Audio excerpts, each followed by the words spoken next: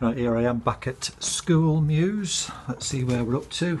As you can see, we've sheeted up the stairway against the living room, so we're totally isolated. And this is the second day of installation. So as you can see, the wall that was here has now gone. The ensuite was on the other side of there. So we're just doing the first fix for the waste pipe and all the cold and hot pipes.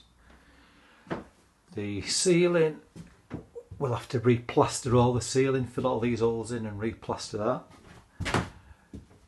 Replace all the plasterboard on this wall. This doorway just here is going to be blocked off. That's going to be replastered. The radiator is going. We're going to fit another radiator here.